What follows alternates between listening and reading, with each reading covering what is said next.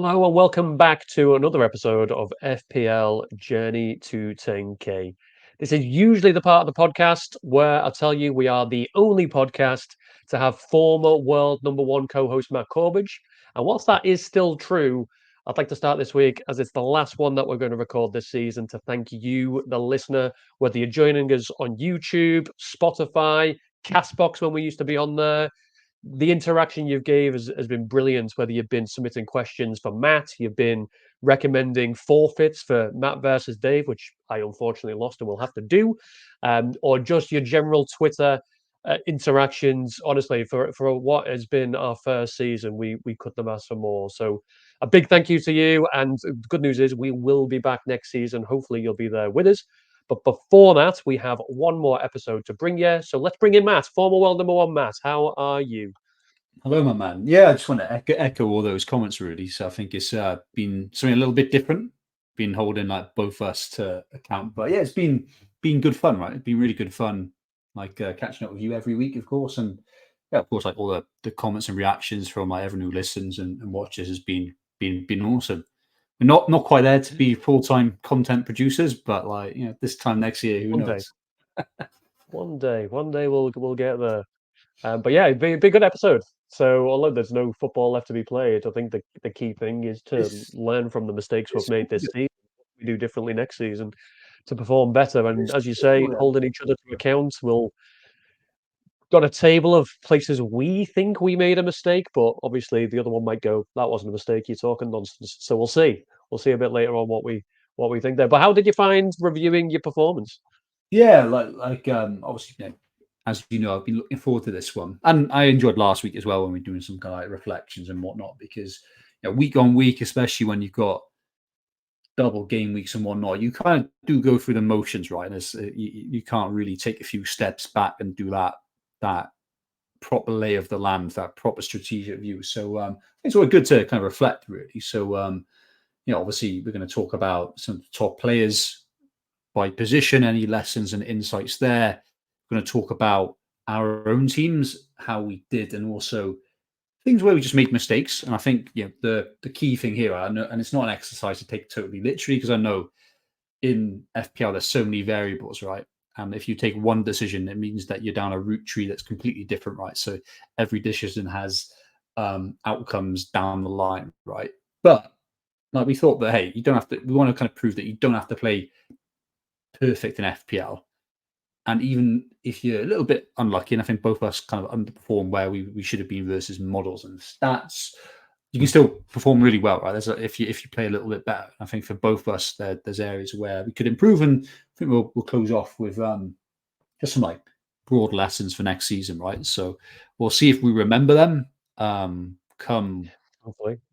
July, August. But like I think, I enjoyed prepping for this one, and I think it'll be a good conversation. Absolutely, absolutely, and yeah, I think I'll give us our view next August when I'm rewatching the learns from this one when I'm making my first draft. But yeah, without further ado, let's jump in. First thing I did want to do is for anybody that didn't join us last week, we had James on. James is the founder of League Predictor app. So if you're looking to draw up leagues and to compete against your friends, you can now do it against the world thanks to James and what he's done here. So just for those that didn't join us, Matt and I have signed ourselves up. We've set up a league, which you'll see on the screen here. For those of you that are listening, the league's FPL Jenny to 10K. There's a code 4C2C6 to join our league. Download the League Predictor app and see if you can beat me and Matt at predicting the Euros. I've got England out in the quarters, unfortunately. Never mind. We'll see what happens. France to win. But anybody that does win our league, there will be a prize. So if you haven't joined yet, look to do so. But yeah, moving on to players of the season. Drew up tables with the top four performing players in each position, just to see what we can learn from that. So Pickford, top performing goalkeeper, 153 points. What's really frustrating about this one, Matt, is me and you had him from game week 1 to game week 7. Yeah, yeah. Didn't get a clean sheet at all, and then ended up on 13 clean sheets for the season and the top performing goalkeeper. Yeah, 13 clean sheets is actually really surprising, given like Arsenal have the most clean sheets at 16. I think they conceded 29 goals, so like an incredible defense. Do you remember Mourinho's first season at Chelsea? I think they conceded 15 goals, didn't they? That is that even Crazy, possible? That's that's crazy numbers. absolutely mad. But yeah, obviously, yeah, kind of Everton's defense were pretty solid, and I think we called it, didn't we? Like the first 7-8 game weeks when we both had Pickford before wildcard, like they were getting unlucky conceding goals, right? Their defense was generally looking pretty Yeah, good for like a lower ranked kind of like team. So yeah, I think it's the logic why we went Pickford is kind of why he was the top scoring keeper, right? So why Pickford? One, he's a cheap keeper, right? So like let's not invest like money in a non-premium like space in your squad. yeah, We predicted that Everton would give up high volume of low quality shots. And why this is good, right? So you want to see a team that concedes lots of shots, like, but they're from distance, right? So the keeper can mop up saves, right? Because saves give extra yeah. points, and also saves generate bonus, right? And you can kind of see here, yeah, Pickford and the same applies for Leno really, and Onana actually, because like the United No, defense this is is pretty bad. mental. Is Yeah, that they were accruing a lot of save points. And you can see the difference with Raya, right? Because that's just a great defense that doesn't concede any sort of shots. So, yeah, we went for Pickford for those reasons. We also went because we thought Everton were better than average defense, right? And that came true, like because yeah, 13 clean sheets throughout the season. It'd been interesting to have against each of these probably the expected goals conceded because I think that's the kind of leading measure for defenders and kind of keepers. But yeah, I think Everton would have been up there. And a final interesting one, I think bonus. This is where bonus comes into play. Is we liked Pickford because we weren't predicting Everton to score a lot of goals. And what this kind of means yeah, is yeah. that Pickford will have a greater chance to get bonus points. And you can see that with his 22 bonus points. It dwarfs all these other top keepers. And why that matters is obviously if a team wins 3-0, right? The keeper, yeah, he's going to get 6 points or 7 points, right? But like the attackers will probably get the bonuses, right? Because there's been those attacking returns. Yeah.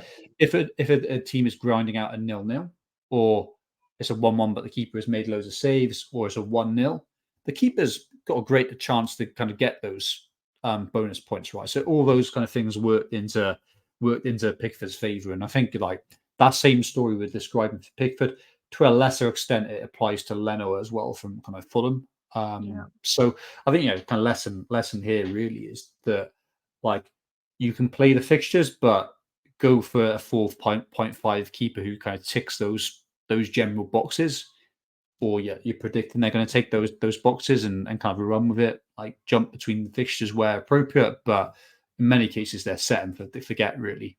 Premiums is not the way Yeah. forward for sure.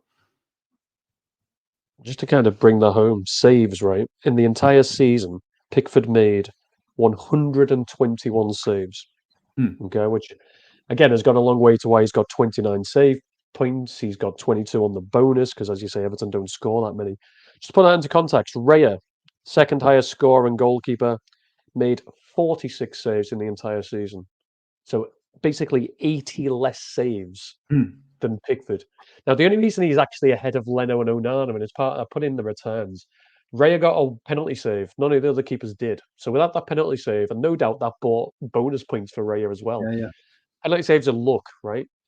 He'd have been behind Leno and Onana, even though he's the keeper for the best defense in the division.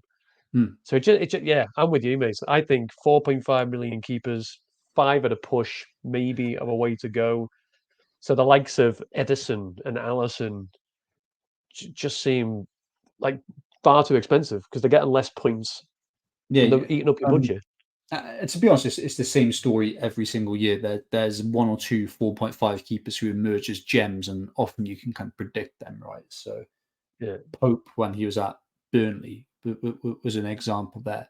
Henderson a few years ago was one of those examples. Pickford has been one of those players, kind of like in previous seasons as well. So you can kind of like keep an eye on who is a cheap keeper for an okay defense for a team that's not going to do a huge amount of stuff from an attacking point of view, and are just going to accrue a lot of saves. You can kind of generally predict those things, right? So Yeah. Yeah, like we started with Pickford. I guess the mistake that we made is moving on from him too soon. He was a frustrating asset for sure, but he was just getting like super unlucky. And like yeah, later in the season we probably made mistakes when around double game weeks we didn't go for Pickford and went for other players. But yeah, I think there's some clear lessons there that we should probably Yeah, yeah, kind of yeah, remember yeah. going into next season for sure.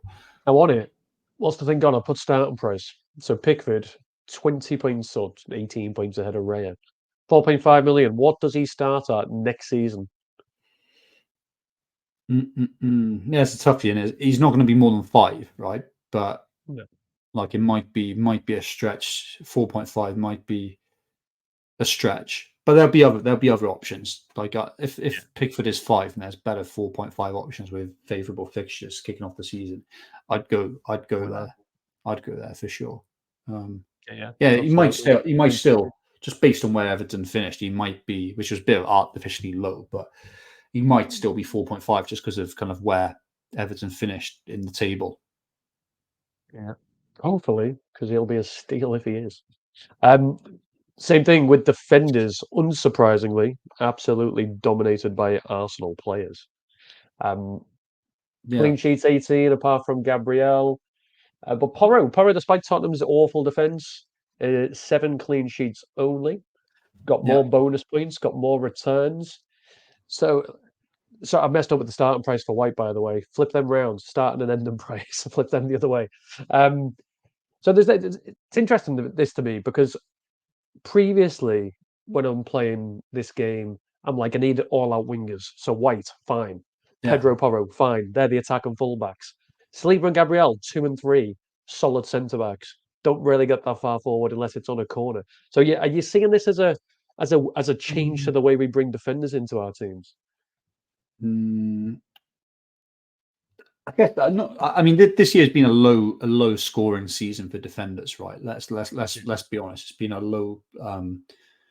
There's not been. I'm going to think to back it up, but anecdotally, looking at things outside of Arsenal, there weren't many teams create kind of keeping clean sheets across the board, and there was no like big attacking wing backs from good defenses. So what we've had in previous seasons, right, is the likes of Liverpool having Alexander Arnold and Robertson playing the whole season and also having a really yeah, good defense as well, getting like 12 to 15 clean sheets, right?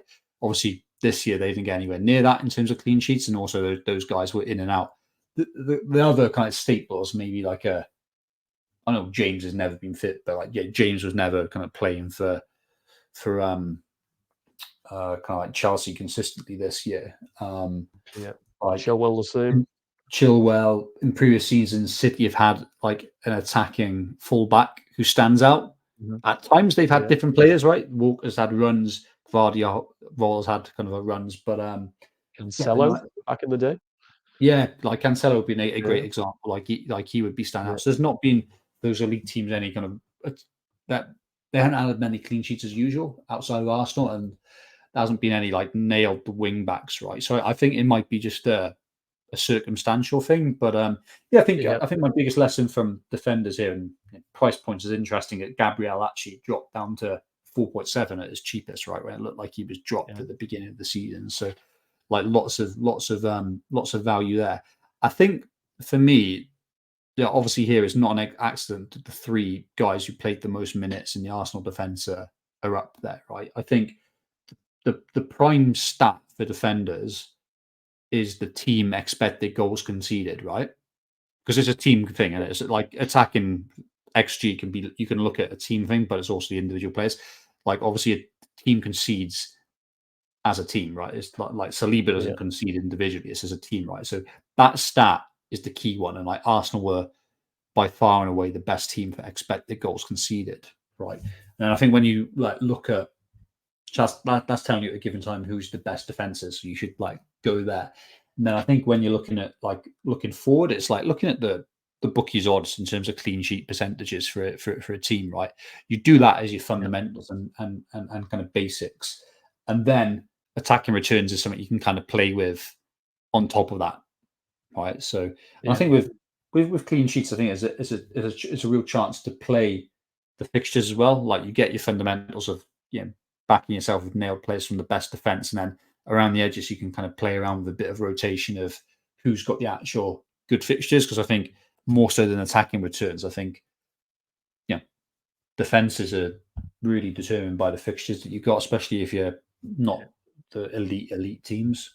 But yeah, like I think here, coming back to the kind of point, yeah, like obviously dominated by Arsenal players because they're the best defense, and then Porro then is a bit of a throwback to previous seasons. You got someone who's got attacking returns there, 3 goals, 8 assists. I'd say from Porro's point of view, yeah, obviously he didn't have clean sheets, but kind of like there were some nice fixtures at times where kind of like he was able to get attacking returns. There was also a moment in time where he's like accruing a lot of returns because he was on set pieces. So I think a lesson there is, hey, set pieces are a good thing. Hey, no shit, of course, but like it's worth emphasizing that point. The Madison injury, wasn't it? As soon as Madison came back, his returns diminished. But yeah, I'm with you. It's not a chance on earth, right? Saliba and Gabriel are 5 million next season to start off with. Not a chance. Surely they're pushing to 5.5. Right up to 6. What did Gabriel get in previous seasons though? Because like he's been a staple for a few seasons, right? So what did he get last year? Last year he got 146 points, mate. So 3 less. Okay, so it's thereabouts. By minutes played, he did play 400 minutes more because he played every single game, right? And he missed 4 games, right? But yeah, he's 2021, 2022 season, 146 points for exactly the same minutes. So I don't know. I think they stand out because like there's not been other defenders, right? So White, I expect White might be 6. I mean, like Gabriel Saliba might be 5.5. I think because of where Arsenal finished, and the points of his team, it'd probably even be more than 5. But I'm just saying, like for Gabriel, he's on par with what he had previous seasons. Yeah. And then that's last part on the defence, and probably maybe one for that I should save till August when we're planning our new teams. But I'm going to ask now. Price points, right? It's too easy for me. Where I make mistakes with the defence is, and I made the mistake this season by forcing my hand a little, is when I see a defender at 5.5, I'm like, he's too expensive. I want one guy who's like 7 or 6, and then everybody else is 4.5 or 5, and never any more. Like it's too easy because you need the budget for your midfield and your strikers, and they're the more exciting players to bring in. So, what are your thoughts on that? I think defense is an area where you can get more value for money, right? So, let's compare. Yeah, you can save money. I think in defense, you get similar to keepers, right? 4.5 keeper will be the best. Most season will be the best scoring keeper. There's a lot more value for money there. Same with defenders.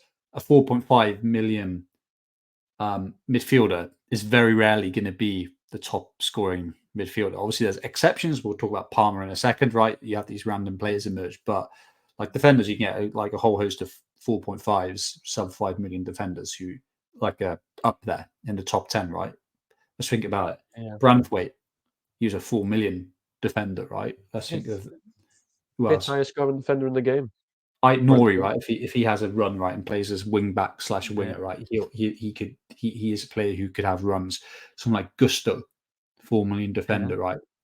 Injuries like prevented him getting top scores. So I think price point structure, it doesn't matter too much as long as you don't snooker yourself with like 3 4.0s, right? Yeah. With you. But like I think defense is a place where you can save money and still get decent returns, really. Well, onto the midfield, and unsurprisingly, top of that list, Cole Palmer, which we'll come on to. Also, Foden, Saka, Son, putting this together as an Englishman going into the Euros, and I'm like, the top 3 players are all English, and they are absolutely flying. Made me feel pretty happy, and then I realised Southgate won't play Palmer, so what a waste. But yeah, 244 points, 230 for Foden, 226 for Saka. not far off the top three scorers in the game. I think Watkins just breaks into it. Another Englishman, get in. England are going to win the Euros. It's coming home. But you look at their performance, and I've included their expected goal involvement here, and some of them have crazily overperformed. Saka hasn't, Yeah, in all fairness, but the other three have. yeah. I mean, assists you can kind of take with a bit of pinch of salt, right? Because of the way they're calculated, and like you get Yeah, fantasy assists as well versus pure assists, right? Where it's kind of like yeah. shots and deflecting and stuff like that. So I think assists is always a little bit more questionable measure Like versus winning the like penalty. Yeah, exactly. So um I think yeah, like it felt like Son has historically overperformed, so like, I think that's not a massive surprise. Foden, it really did feel like he was overperforming massively, and like he has. So kind of said yeah, last episode actually, it was really hard to. I found it quite hard to predict him. I think yeah, with Palmer and Saka, those are the numbers I preferred. You know what I mean? It's quite stable, like they're yeah, overperforming because they're good players, but yeah, it's more in sync with their underlying stats is more in sync with like what they've actually got. And I think like a lesson here that like is again a bit of no brainer. Set pieces and penalties in particular are like really important. So Foden stands out because he wasn't on penalties, but he was taking corners and free kicks, and you know, he scored a few, right? But Son, Saka, Palmer, penalties, free yeah, kicks, corners in the majority of cases, right? It's kind of really key and really does drive activity, right? So I yeah, think when you're looking at um, when you're looking at midfielders, you want these nailed on talisman type players who are on set pieces, dominating set pieces, really. yeah. Surprised Palmer's only 6.3. How he only went up by 1.3 is It's a bit of a outstanding. broken mechanism. Like, I mean, Yeah, if I was to make fantasy a bit more interesting, it'd be like changing the starting prices of players or changing the dynamic in terms of how prices change based on performance, right? So in a lot of other fantasy yeah, games, like players change prices change a bit more radically based on how they performed in the previous weeks, right? So yeah, how that would have like in FPL that would have been like Palmer would have been a 11 million midfielder by the end of the year, right? yeah, yeah, And yeah. And then deserve the price tag. maybe Bruno would have been a 7 million one, right? So yeah, it kind of makes it a bit more interesting. Like so, like there's a lot of games that do that, but I don't think that's going to be a radical change. But yeah, I think it's really hard to get price Yeah, rises above that. Right. yeah. Are we getting. So if you're a gambler, man, Palmer started at 5. What's he started at next season? I'd say 9. Yeah, nine sounds sensible. Foden, I'll put, similar. yeah, I'd probably say across the board. Yeah, all 9. Maybe some 9.5. But yeah, I think Yeah, because of history. Maybe Saka again because he's done it for a few seasons now. Nine yeah, point five. I yeah. would Because the only thing you've I'd like this place to be. yeah, I'd like them to be like. I think if all these players, like someone like Saka, who's done it for a few seasons now, and like doesn't get rotated and plays for one of the top two key teams, I'd say 10 or over would be interesting and more makes more of a decision point. Songs, he's done it historically 10, yeah, 10.5, Foden 9.5, 10. Palmer, because he's just yeah, done it in one season, 9, and Chelsea aren't quite up there. But yeah, I yeah, reckon yeah. like on average about a 9 for all of them. It'd be nice if it was a Yeah, bit more awesome. challenging to get these players. Yeah, absolutely. And this must be the first time in 6 seasons, 7 seasons that Salah has not finished in the top 4 for midfielders. I imagine Salah's probably going to still sit and be about 11.5, 12 million. Now, I appreciate it's going to be fixture dependent, right? And if Salah's still in the Premier League as well. Yeah, yeah. If he comes in at 11.5 and Palmer, Foden, Saka, Son are all 9, you stick with these boys. So you're going for Salah. Fixture dependent. Like if it Yeah, really is fixture dependent, but like yeah, obviously if he's still playing for Liverpool and they have a good run, like you'd yeah, I you'd mean, go still. there for sure. Yeah, I think he was fifth. I'm not. I don't want to put him down too much. He was still up there, Yeah, just not quite as high. Um, And then last but not least, strikers. So I have put in the expected, and I get what you're saying about the expected assists.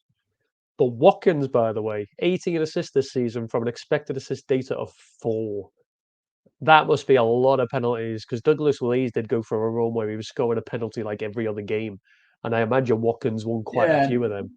there was a few fantasy assists, right? Kind of like deflections and kind of like kind of shots parried by keepers and kind of whatnot. But I think like really like assists, it's kind of just the involvement in attacking threat, right? And the spaces they're getting in, are they taking Yeah. shots, right? So I think obviously it's a bit exaggerated there. As expected assists with 4, like obviously you got 18. It's not like he was closer to that 18 than that 4 suggests for sure. I think Yeah. across all these guys, I guess what what would be an interesting measure here, like, and I guess we'll have to just like play it in our heads, is like the total points per 90, right? Because obviously Watkins and Solanke have got a lot more Yeah. minutes than Haaland and Isak, right? So Watkins and Solanke have benefited from being pretty much fit all season, right? Haaland and Isak have had periods out of their teams. I think a couple of things here. Again, penalties are super important. Haaland, Solanke, and Isak are all on penalties, right? It says goes without saying. Watkins was winning them, but Douglas Luiz, it's a shame he's not on penalties, but kind of it is what it is. Nailedness and are you going to play 90 minutes is important. Solanke always does that. Haaland always does that. Watkins always does that. Isak, end of the season, was in that position because Wilson was injured, but like even the beginning of the season when they were both there, Isak was the person getting the minutes, right? So kind of like that nailedness and minutes is super important. And I think just kind of like people with strong underlying expected goal stats is important. Like I think ignoring the assist, the correlation you put there is quite stark, right? So Watkins, 19 goals versus 17 expected goals. Haaland, 27 goals, 30 expected goals. 19 goals, Yeah. 20 expected goals for Solanke, 21 goals versus 20. It's kind of really closely correlated, right? So those underlying like stats really do translate for this for centre forwards really. So I think like all of these guys will be prime targets next year, right? So Yeah. really less so Solanke, right? But like these guys will be big targets for the front three. Can't see that changing. And do you think there's something to be said? So clearly, like all of their expected assist data is poor, right? I Yeah. appreciate they'll be higher than the game suggests. Their expected goal data is what it's all about, including Watkins, who doesn't take pens. Um, so when you picking a striker, because you've got strikers like Bobby Firmino used to be for Liverpool, right? Where he's not just a goal scorer, he's also can get involved in play and get the assist data. But what I'm looking at here is 4 players that are just like, no, we're getting the goals. I'm not bothered who else gets the goals. I'm scoring. Like, is Mhm. that how you pick your strikers? Do you just want them to be goal machines, or do you ever pick Uh, somebody like a I, Firmino? I look at fixtures, team expected goals, just as this team scoring lots of goals, and now look at the individual's expected goal involvement, right, and predict that Yeah. this kind of fixtures. So like that's naturally weighted towards goals for a striker, right? And of course, if you're going to like do a 50-50, do you want a creator or a scorer? You go for the scorer, right? Yeah. You want Absolutely. old school before like expected goals and stuff like that became a stat. Like I remember looking at like table saying like shots on target in the box, and then that Yeah. was always quite a good indicator. Like, is the person accurate and were they taking shots in the box? Were they just spamming shots? And like the king of this was like Aguero. Whenever he was Always fit, I remember you would just be compared to every other striker, he'd be just taking so much more shots. They would be so much more accurate, and they would be in dangerous areas, like in the box. That was like wow. before, obviously, like Yeah. expected goals, and now like models and algorithms, they make that a lot easier, but they're still based on the Yeah, underlying data right around like people who spam shots from good yeah, areas. absolutely. Are you surprised not to see Darwin Núñez or Nicholas Jackson in this top four? I mean, probably they're probably not far off there, like from an expected goals point of view. Do you know what I mean? They'll be close there. I think on a serious note, what those two guys lack is they're not clinical, but also Yeah, they don't have penalties. yeah, yeah, true. And I obviously what I can't Watkins is believe Isaac's got. Yeah, I was gonna say, yeah, Watkins doesn't have you. it, but like you had an exceptional season, right? Yeah, he did. He did. I was surprised Isaac got 21, by the way. I was looking through this data and thinking, hey, he'll be maybe 15, 16, 21. You asked for stats, Matt. You shall receive stats. Points per 90 played. Watkins, 6.37. Haaland, 7.65. Solanke was 4.74 and Isaac was 6.87. Yeah, slightly So different in story there, and then order, like a little yeah, bit of a different story where like obviously Haaland shows that he's elite, and then Isak does really stand out yeah, yeah. as a Solanke's a little top bit player. off, a little bit behind. Mm, But yeah, played over 1,000 more minutes than Isaac, and he played over 800 more minutes, or just about 800 more minutes than Haaland, yeah, which is why he's up there. So yeah, there you go, there you go. So that's why you mentioned before, 90 minutes is great, but let's like the explosiveness of Isaac. If you can get that fixture run right, what yeah. a player! Like all Like these players are nailed, right? It's just been a fitness thing this year. That's why these yeah, guys. So like I think when you're talking about that's why the per 90 stats and per game stats are important because there's been injuries, right? But I yeah, think yeah, any player you just need like all these players are good because when they are fit, they just play every game yeah. and typically play 90 unless like it's already wrapped up. So um yeah, that's part of the story, I think. And I've asked on every other position, so I've got to ask on this one. What's Watkins next season? Started at 8 million this season. Surely that's going up. Yeah, it'd be nicer if he was 9. Yeah. I think 9, because Jesus started Yeah, this season at 9 after having quite a decent season the season before. Um, so I see him going to 9. Haaland probably sticks at 14, 27 goals. Underperformed at 27 goals, by the way. Um, Solanke maybe pushed to 7. Isaac could probably yeah, be 8, 8.5. yeah, agree. Like Isak should be 9 really, like, and Watkins should be closer to 10. Haaland staying the same price, but Yeah. we shall see. Um, We shall. We'll deliver that news in August. Um, I really yeah, hope we that is get players. Like, I mean, what. like, obviously with the forwards, with Kane moving, and obviously you can't adjust prices because Kane went into the season at 12.5, I think.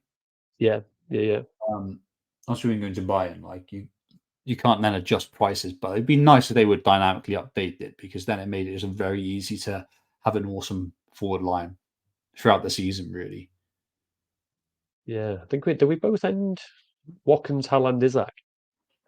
It's like three of the top, and we had Solanke for quite a large part of the season. So getting all three of these four was yeah, it wouldn't be. fairly Let me easy, see. as you say. I think everyone had Jackson, didn't they? So yeah, the Chelsea, Jackson wasn't yeah, Watkins. Yeah, like really shouldn't be able to afford that and have a stacked midfield. Really, yeah, yeah, um, yeah. There's something to be said there that they want to get to get more players in the game. You make all the big players purchasable, and then yeah. it. But it's I think that's where the fun is when like in previous season where you have like these little edge cases players like so. Like you could have had Mateta for he'll be priced probably 7.5 because of his run, but Yeah, Mateta for his run or Munoz for Fulham. Like you'd have to get these edge case players that are a little bit cheaper around the edges. Like it feels like it was very easy to have the pick of the bunch at any given time. yeah, That's the same for yeah, midfielders, really. Like it, yeah. Pack it out, pack it in. mm. Let us begin. I don't know what the next line of that song is. But moving on. to where we ended up. I won't touch too much on this screen because we ran through it last week. Even it was just to point out our points because what we're going to do now is go through our season. We've dissected it ourselves week by week and saw where did we actually make mistakes. But what I want to draw attention to is the rules for this because we're not just looking at 50-50s, right? We're not looking at oh, I could have got Isaac in and I went for Darwin Nunes and Isaac outscored him by 57 million points because the decision to get Darwin, if that made sense, that's just unfortunate. So things like that don't count. So no Yeah. hindsight. We're looking at no more than 4 game week windows because a lot changes beyond that with regards to lost points. And we can only pick players that we actually considered at the time. And then something that you brought up, which is a very good point. You've got to take into account what points you would have got as so subs, for example, not just the direct transfer. So Mm-hmm. they're the rules. So I would recommend anybody that is listening or watching, do this yourself. Take into account those rules. Have a look through your season and really think about what did I do? Did it make sense? And find out where it didn't make sense. And it's something for you to learn on for And, next season yourself. But and yeah, and this is about isolate just bad players where you can like learn a few lessons for next season. Where it's like ignoring luck and stuff like that. Going into that week, I made a bad move, and then obviously the cases we're going to highlight, we were punished. There's probably lots of other examples where we weren't punished, and there were other examples where we got lucky. This is just looking at things that, hey, going into it, it was a dodgy decision for various kind yeah, of reasons. And like, hopefully, then we can remember some of these things going into next season. And as you say, Dave, it's not talking about luck here. It's talking about just like bad exactly. decisions. And it's not like, hey, I was stacked on Chelsea and United for the first quarter of the season. None of those assets did anything. I'm not going to say that's a bad decision because like they had good fixtures and their underlying stats were good, right? So it's purely looking at things that were just a bit. And I'm not going to talk about picking Darwin Nunes, right? Obviously that's a regret, or captaining Yeah, him yeah, over Haaland. Like yeah, because those things there was logic going into it, and probably actually the stats backed some of those decisions, right? So these are the things that like yeah, going into it, we reckon hand on heart it was a bit stupid, right? And then we got punished yeah, for it. But we'll hold each other to account, right? So like I'll challenge you, exactly. mate. You challenge me if you think, hey, that wasn't a bad call, that was a 50-50, right? So like you got to scrap Yeah. that. But what do we Well, have to no get? Like, pressure. so what we want to prove here is that with good play, even with all these more engaged players, right? 10 million players and models and Yeah. stuff like that. If you're an engaged player and like you're being quite sensible, like 10k is achievable. So what was my gap to 10k? So your gap was 94, Cool. And what was yours? 69. Yeah. But well, we get no surprises. We both found more. You found more than 94 points from stupid decisions, and I've found more than 69 points I could have made up from not making stupid So decisions. you don't have to be perfect, So right? You don't have to be perfect, and then like luck comes to play as well. And I know it's not exact science. Some people be like, "Oh, if you didn't do this, this wouldn't have happened." Of course, but like, yeah, come humor us for a bit. Humor for us a bit. All right, who's exactly, going first? Me or exactly. you? It is you. All right. So I think I missed from my I wasn't being pedantic as well. I was trying to think of like big decisions, right? I reckon I found 146 points lost, right? Which would mean that I would have finished about 3k. You finished in the top 1,000, I believe. Bloody hell. So even in a season where I feel like, as those like FPL review like tables kind of show us a bit, I was massively underperforming stats. Even then, there was like, even ignoring luck, like there were decisions I made that just kind of prevented me from having a great season. And obviously, you're never going to get these all right. But like, hey, halfway, if I only made half these decisions, I would have been pretty close to what 20k. So yeah, I think even in tough seasons, like yeah, you got to blame yourself rather than like luck. So Yeah. first one I reckon was a mistake was Gabriel in game week 1 over Saliba. So obviously that was the infamous leak that Gabriel was benched, and why maybe that's luck and like the 2 game week window where it mattered. I lost like 11 points, right? So not a huge amount, but these things tally up. Why it was a mistake was I, especially before a season start, I would be on Twitter, I'd be on X, do you know what I mean? I'd be on Slack, I'd be looking at group chats to see if there's leaks. And normally there's no smoke without fire, right? if there's a leak, Yeah, you like, if there's a rumor for a leak, you're like, oh, I'll go for the like for like player, Saliba. I think this got leaked 15 minutes before the deadline. There was plenty of time for most people to make a change. I was so confident that nothing would happen. Like Gabriel's played every single game for Arsenal the previous season. I locked my team in 90 minutes before the deadline, and they just chilled. yeah. I didn't look at anything. Didn't even look. So really, that was a mistake. Really, I should have like been like paying a bit more attention, especially when you're like essentially using your first wild card right in game week 1. Like so, that was a mistake because I wasn't being diligent there. I was being a bit too Yeah, calm and cocky. But yeah, that's fair. I do because I mean they were both the same price, and if you had got that news, you'd have played Saliba. You'd have just made a straight transfer. So Yeah, I think that is fair. cool, good, I'm good, gonna good. question your second one. Yeah, okay. So like the second one is more of a 50-50. So I think like this one maybe we can scrap. But like I had Watkins for the first couple of game weeks, like for lots of reasons. Kind of said he had similar kind of comparable stats to kind of Kane.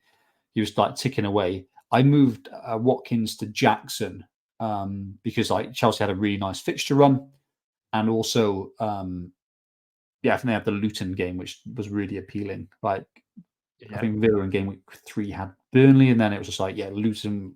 It was the rumor they're the worst team that's ever been in the Premier League, all that sort of stuff. So I went Jackson. I think the reason why I'm saying this is a mistake is that um, I'm just going for like a player with a decent run who's been returning every game week and then has a decent run, right? In kind of Watkins, he didn't have bad fixtures and he's playing for a known entity in Villa. Villa, we knew what they were all yeah, about. They were going to be a top 6 team. He was moving to a player who hadn't scored or had any attacking return in the Premier League. Didn't know if they were nailed and were playing for like a Chelsea team who like it was a bit who knew if they were good or not. So I reckon yeah, that was a mistake. And like over game week 3 to game week 6, I lost 11 points with that one. I think was that a mistake or not? Was that more 50-50 call? I think probably is more of a 50-50 call, right? I'm not against it, right? But the only reason I bring it up is just one thing you always say is fixtures and form, right? In those Yeah. first 2 game weeks before you made that transfer, expected goal data for Watkins 0.23, 0.15. Yeah. So not very good. He's then got in his next 4 fixtures away at Liverpool, he's away at Chelsea, and at the beginning of the season, I appreciate Chelsea were pretty poor this season, but at the beginning of the season, you're probably not thinking they're half as bad as they were. Whereas Jackson in game week 1 and 2 expected 0.53, then expected of 0.79, and he had Luton, Forest, Bournemouth. So I you, think you kind of like, yeah, yeah, the let's form and let's fixtures suited Jackson. yeah, stats and fixtures. So yeah, they're backing Jackson quite heavily there. I think that the logic of stick with known players until you actually start seeing things is a solid thing. But I think yeah, this one Now I'm I'm being pushing cheeky. you on it. I'm being When cheeky it there. comes to mine, No, I've included it. you're right. I've You're right. included the same thing though That one, on there was mine. logic. There was logic going into this one. The next one, Yeah, game week 8 to 10, where I picked Gordon over Mbumo on the wild card.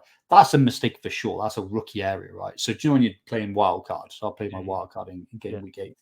You're playing around with the team, tinkering with it. Like there's loads of tools where you can tinker with it. I was tinkering around on the main FPL page and like I transferred out Mbumo for whatever reason, even though he had decent fixtures.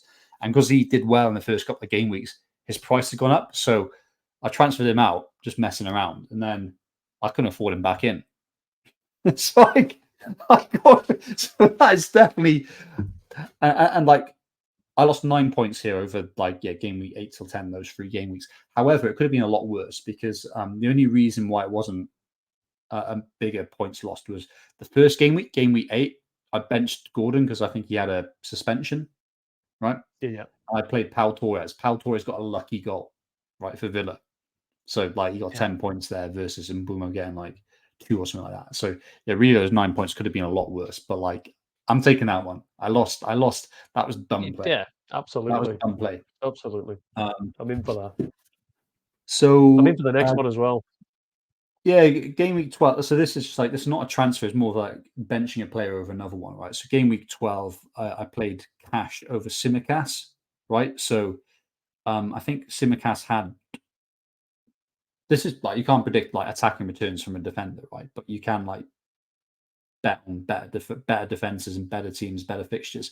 So both Cash and Simicast in game week 11 had limited minutes, right? Cash played 50 minutes, start and then sub. Simicast came on at 30. He came on for 30 minutes, right? So that spooked me about Simicast, right? Yeah, yeah. But that was a bad decision because that was around like those European fixtures and whatnot, and like I think everything was saying that he was going to play, and it was like, yeah, Cash might not actually played as well, and then yeah, like I think Liverpool had Brentford, Villa had a comparable game, right? I think they might have had Fulham. Forest, something like that, but like yeah, at the time, Liverpool had a better defense with a far better defensive stats. So like, I should have just like I shouldn't have had that fear, like that FOMO. Like I was like, I got spooked by Simicast. Like, and I kind of knew deep down that he was going to play. Obviously, got punished with like 15-pointer, but I'm viewing that as a mistake.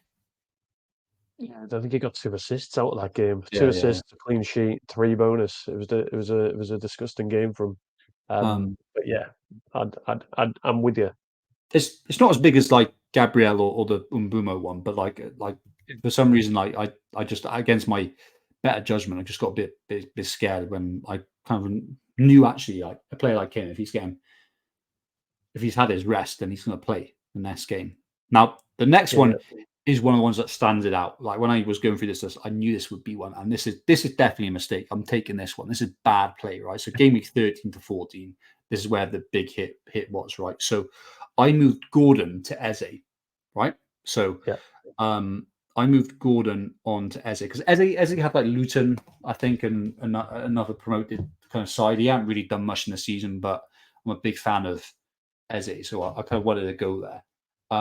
Why it was a mistake, I got unlucky as well. So like literally, Eze got injured in 45 minutes in the first game, but during yeah, that period, Gordon got double digits kind of like returns in 2 home fixtures, and then I had to move Eze to kind of Palmer, who didn't do much for a while. Why it was a bad decision was it was a really luxury move, right? And it was a yeah, luxury move because I didn't have a spare free transfer, right?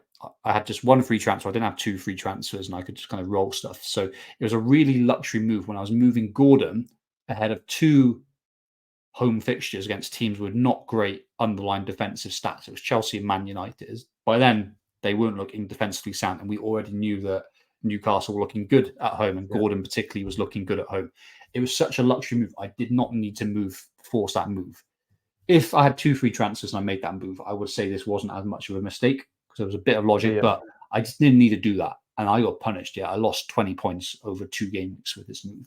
So I'm taking that one. That was dumb. Just because, like, Yeah, of and the Gordon. circumstances, such a luxury move I didn't need to do. Right. And was it Gordon? He made up until the last game week, the last home game. He returned in every single home Yeah. game, right? Yeah. Bar the last one of all of And, all the ones and not to that was put a in. that was the thing going into this because I remember posting on like Twitter and then people saying like, "Why have you got rid of Gordon? Like the United defense is really bad and he's scoring every single game at home." And I was like, "Yeah." Yeah. But kind of, it was such a You got luxury him back. move. So I got Yeah, punished yeah, by it, but like really, that was a big mistake. That kind of stands out as like a dumb move, really, alongside that yeah. Mbumo one, really. Game week 18, less of a controversial one, but I benched Gabriel over Saliba. I lost 8 points in that kind of one game week there.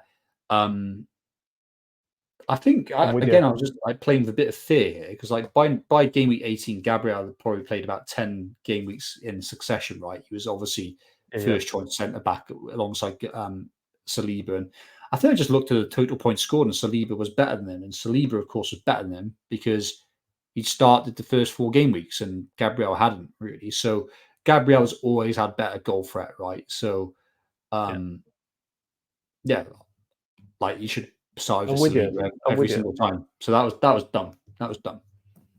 I mean, I had both Gabriel and Saliba for a large part of this season, and from what I remember, which is like probably game week 25 onwards, if it was a choice of one or the other, I'd play Gabriel just because he's better threat off corners. So yeah, I agree. Yeah. Next one, game week 23. So game week 23, the thing of note here was in game week 22, Haaland just came back from his long injury, right? I think he missed what, like Yeah, 6 or 7, 8 game weeks, right? And then he played like 10 minutes the previous game week, right? So game week 23, it was like, oh, Haaland, is he fit? Is he not? Is he going to start? I remember on the pod, and this was like last minute. I made a last minute call to move Darwin to kind of Haaland, kind of because I wanted to get rid of Darwin. I was like kind of sick of him, really. But I remember when we did the pod that week, I was starting Foden. I was saying like, I'll just roll the transfer, right? Like, I'm quite happy to play Foden and then like look Yeah, at Haaland. Does he start, and then assess him the following game week. And again, this was a luxury move because again, I didn't have 2 free transfers to rectify any mistakes. I had only 1 free transfer, and I decided to do a bit of a luxury move, which meant I was benching Foden, right? So yeah, Haaland did get a return. He did get the minutes. He played like 85 minutes, got 5 points. Foden got 20 points, and 20. like, Yeah, and that was the obviously that's a severe outcome. Like, but the sensible play would have been going into that game. Haaland isn't guaranteed to play the whole game. You've only got 1 free transfer, which is obviously always a tough position to be in. You always want those 2 free transfers for more flex. Just play Foden, right? And obviously yeah, that's kind of what roll it. I should have done, right? So yeah, 15 points there. So similar to the Gordon and Eze thing. It was just like making Yeah. a luxury move when I did not need to do it, right? Um, Same game week, the next one, by the way. yeah, That like is a see, so it was 31 a points yeah, in the game week. it was a tough one for me, but like I think a lot of people, well, the people who followed algorithms and were like acting a bit more neutral, they got this right, right. So it was like I went Solanke as captain against Nottingham Forest, whereas you know Watkins against Sheffield United got a haul. I mean, that was the logical decision, right? Sheffield United are far worse than Forest, and Villa were far better than Bournemouth, Yeah, and Watkins is just far better than Solanke, even ignoring Pence, right? The reason why I didn't pick Solanke was earlier in the season, the home fixture against Sheffield United, Watkins blanked. He had loads of chances. He yeah, had yeah. like assists disallowed. He had offside goals, and that was playing in my mind. And when you're playing FPL We wide, both did, yeah. you Yeah. shouldn't be thinking about these sort of things. You should be looking at pure stats. You should be looking at like your predicted points in isolation. So yeah, that was that I think because of the considerations I had, I think was done in like 16 points there. And I think people I who think we both, follow yeah. the fix algorithm or the FPL review algorithm, I think Captain Watkins this game weekend, and rightly so. And he hauled. Of course, I he's a think we better both had captain. Watkins in the earlier Yeah, game as well. And yeah, that did hurt, especially when he got the assist and it was VAR ruled it out. Um, so yeah, I mean, I don't hate Solanke captain at home to Forest because by game week 23 we knew Solanke was putting the yeah. ball in the net. But I do, yeah, I think you can claim this one because Watkins is better than Solanke and Sheffield United are worse than Forest. It's So it was just the logic yeah, going in the head. It was like, I don't know if you were the yeah, same, but it was like I'm not going. I've done it before early in the season, so therefore I'm not going to get burnt by Watkins again. Really, which yeah, is a yeah, bad yeah, mentality to take because he's been by then he was performing great throughout the season, yeah, right? yeah, So he was the top scoring absolutely. striker, right, against Sheffield United. So I mean, maybe this one's a bit more like dubious, right? 50-50 versus other ones, but like I think I can No, take it. I get it. I Um, get it. This now, next one I'm interested in because I know you yeah, hate it. like so I think this one stands out. This is one of the ones alongside Umbumo, Gordon Eze that is just like I really hate, and I just knew were going to be there. And I'm surprised it was only 20 points lost. I think there's a potential break in the rules, but if I look at a few game weeks in advance of the 4 game week window that we're talking about, the points would be closer to 40 points lost. So I really hate this one. So this was game week 25, which was a double game week, right? Um, I made a last minute move to move Palmer, of all people, to Kevin De Bruyne. Right, so I think Palmer was Chelsea were blanking, weren't they, in 25, or had a tough fixture? No, they were playing Arsenal. I think. I think they were playing. I think they had a tough fixture. But I did have a really good asset in Gordon, who was playing like a favourable fixture. So um, I, yeah, I took a -8 and like did a last minute move to move Palmer to Kevin De Bruyne, and this was despite better judgment, right? Because I think you and I were talking about De Bruyne when we were talking about double game week when he came back from injury, when like we were looking at midfield options, and we kind of both said his underlying stats are poor. He's massively Mm. overperformed. This is not sustainable, and he's just come back from injury. and it's Champions League period, so he's just going to be rotated, right? So there's all those things that are red flags, and I think I caught the week before the double game week. I caught like a Champions League game. He was looking really good, and I just went on that eye test and fear of missing out. It was stupid. I hated that move. It was better than my. It was fear of missing out, as you put that FOMO. Like it was a move I knew was bad as soon as I did it, right? Um, and yeah, like over that kind of window, the double game week, De Bruyne played. He was benched one of the games. He was played the other, but then get a return. Then he got like benched again, came on for a couple of minutes. Then I think he got like an assist, right? So over that window, he got like kind of one attacking return, whereas the players I would have played for him would have played if he hadn't. Gordon got two attacking returns, and then Palmer, if I kept him, he got decent attacking returns. So in those 3 game weeks, cost me 20 points. Yeah. A knock-on effect of this one was it meant well, yeah, this talk about hypotheticals too far down the line, but it did result in me transferring out Foden in game week 30, rather than keeping him. And obviously, he got 20 points in game week 31. So, like, I kind of think, hey, it caused me some like Foden issues as well down the right line. But I want to limit it to like stuff that's like really close around that line. But that was such a stupid move. Like I just did not need to do it, and like it was definitely a bent against better judgment. And we had the conversation why De Bruyne wasn't a good thing. So I think yeah, to be honest, I think I might have been influenced by predicted points. Like on Yeah, yeah, like yeah, yeah. it Because was like you've been right hard. up there. And Right there. He was yeah, right there, to be like fair, he came but yeah, back 12 points, then he got a 7, and then I think you bought him in. And in the Champions League, did he not get a goal and an assist as well? So he'd been back for he got like 3 4 assists games. in one of the Champions League Did he have games. 4? So Um, he's been back for 3 games and he's got 7 returns. So I can see why the FOMO hit, but based but on the underlying stats, he that's not was how you play way it. That's not how you overperforming. play. Yeah, it was like he's just way Yeah, overperforming, and like logic says yeah, he's just come back from injury. Logic says there's Champions League, he's going to get rotated. Obviously, the outcome was severe, but going into it, that was a really stupid move, and it meant I didn't have Palmer for some good fixtures in and around there as well. And Palmer, by that time, yeah. was known as one of the best players in the game. So, yeah, that was I hated that move. And then like 34, this one I think you can say you can cross this one out, mate. To be honest, it's a proper 50-50. But I went game week 34 was a double game week. I went Henderson over Pickford as my goalkeeper. The reason why I went Henderson over Pickford was pure clean sheets odds, right? So um, I think like Palace had 1% or 2% better odds of clean sheets over the double game week, right? Yeah. And Pickford did have Liverpool in one of the games, right? So that put me off a little bit. But Pickford was from the better defense, and also he was just accruing save points significantly more than Henderson. So Henderson was really reliant on um, getting a clean sheet, whereas Pickford, he had lots of routes to getting bonus, getting points. So I should have gone with the keeper there. If there's a 1% difference in clean sheets odds, go to the person with the higher ceiling, right?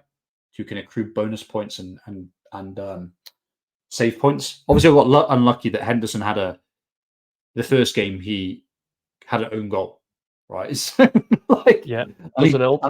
I think he did have a clean sheet, didn't he, as well? He did get one clean sheet because he ended up with 5 points. Pickford got 2 10s. Henderson ended with 5 points, but I was a little bit unlucky, of course. These are exaggerated outcomes, but I think going into it, Pickford was the sensible option.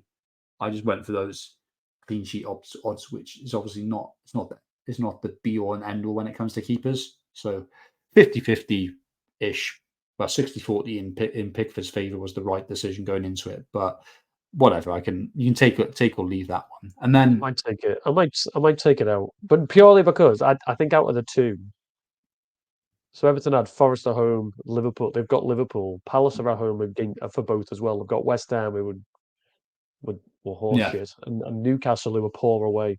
So I don't think it was a bad decision. You got very unlucky with the own goal, and I would not, and it hurts me to say as a Liverpool fan, didn't expect Everton to keep a clean sheet there at all.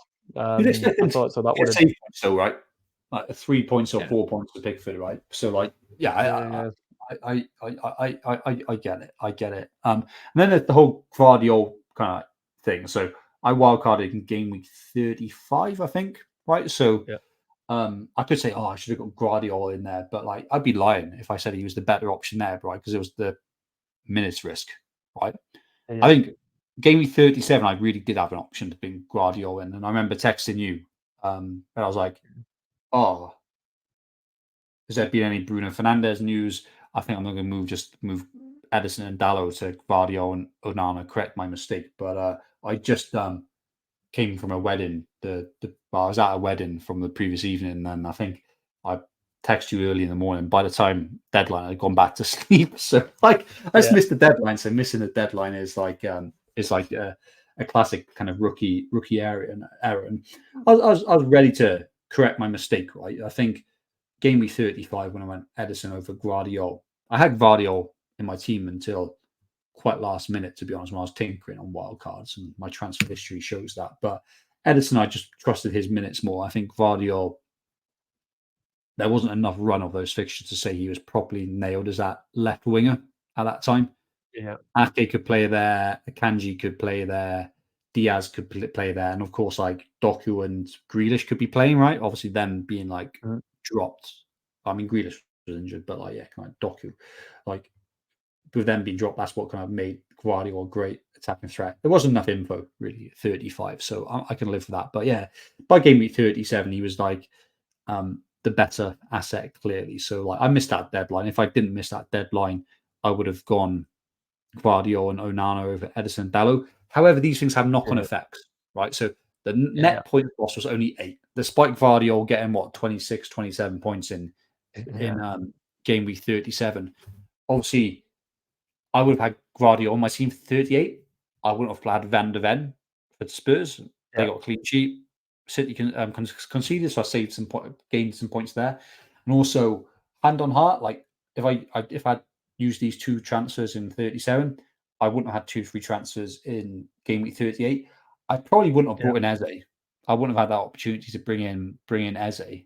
However, I would have started Isaac, right? So it's like the swings and roundabouts there. So once I add up these things, that the impact and knock-on effect for game week 38, the lost points is not as high as it first seems. So it was only 8 points lost there, but that is a mistake, right? Having conviction on a move and just missing the deadline is like Absolutely. that's why Absolutely. bad life, or just a bad decision. All this like life stuff getting in the way. Like you're cool, but How like dare if you you have a play, life outside of FPL? yeah. So I think yeah, the ones that stand out were game week 8 to 10, getting rid of Mbumo on the wild card. I just did not need to do that. Gordon and Eze in game week 13 and 14, because again, that was a luxury move I just did not need to do. Um, Yeah. Game week 25 and 28, that Palmer to Kevin De Bruyne move, that was really against my better judgment. And probably that Guardiola Edison move in game week 37. So I think those are the ones that like 100%, I think are just bad play, right? For whatever Yeah. Yeah. reasons, like rookie errors, right? Hits for players you don't need, missing deadlines, moving players that you intend to keep on wildcard and losing value on them so you can't bring them back in. It's just like rookie mistakes. I think even there, right? That's like near enough 50 points. That's over 50 points, right?